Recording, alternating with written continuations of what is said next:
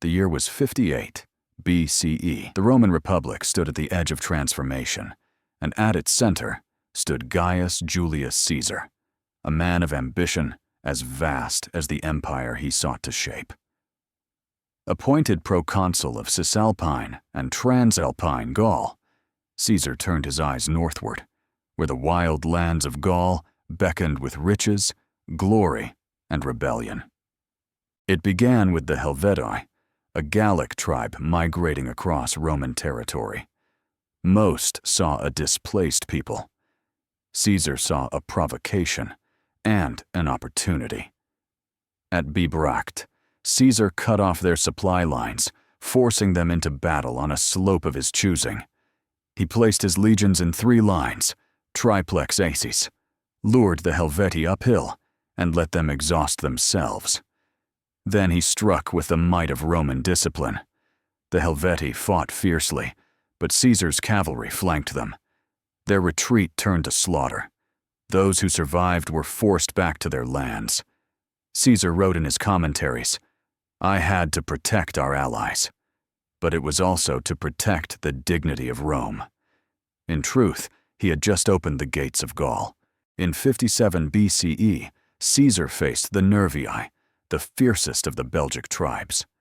They waited until Caesar's men were vulnerable, building a camp with their armor off. They struck like lightning. The Roman lines buckled. Even Caesar himself, unarmored, took to the front. His presence rallied the troops. Using a flexible command structure, Caesar reformed his lines mid-battle. Reinforcements arrived from the rear, and his cavalry encircled the Nervii. The battlefield was carpeted in Gallic dead.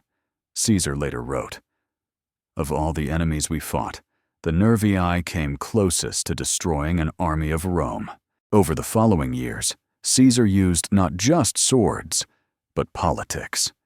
He turned Gallic tribes against one another, supporting rival chieftains, promising citizenship, then betraying promises when it suited Rome. His victories were not always won on battlefields. They were forged in deceit and sealed with bribes. He wintered his legions in Gaul, an unprecedented act, breaking tradition, but securing his grip. Tribes rose up. He crushed them one by one.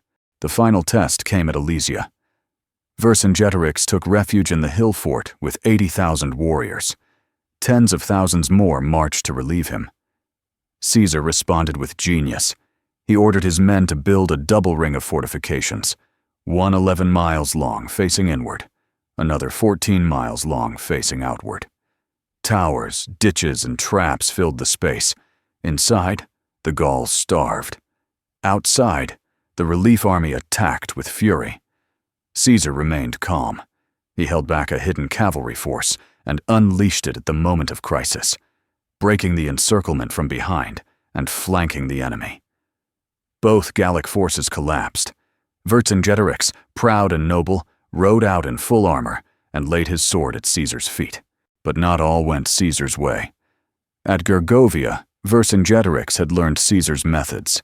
He used high terrain and guerrilla tactics. Caesar's premature assault, without cavalry support, ended in failure. He lost over 700 men, including 46 centurions. The Gauls rejoiced. For the first time, Caesar was forced to retreat. It would not happen again. In 52 BCE, Vercingetorix, a charismatic Gallic noble, united the tribes at last. He scorched the earth, destroying crops and towns so the Romans would starve. All except Avaricum, a fortified city surrounded by swamps and rivers. Caesar laid siege. The odds were against him: no food, hostile terrain, and fierce defenders. But Caesar ordered the construction of massive siege towers and a causeway, 25 feet high and nearly half a mile long. The work was done under constant attack and through bitter storms. After 27 days, the towers rolled forward. The walls were breached. Avaricum fell. 40,000 Gauls were slaughtered. Caesar left few survivors.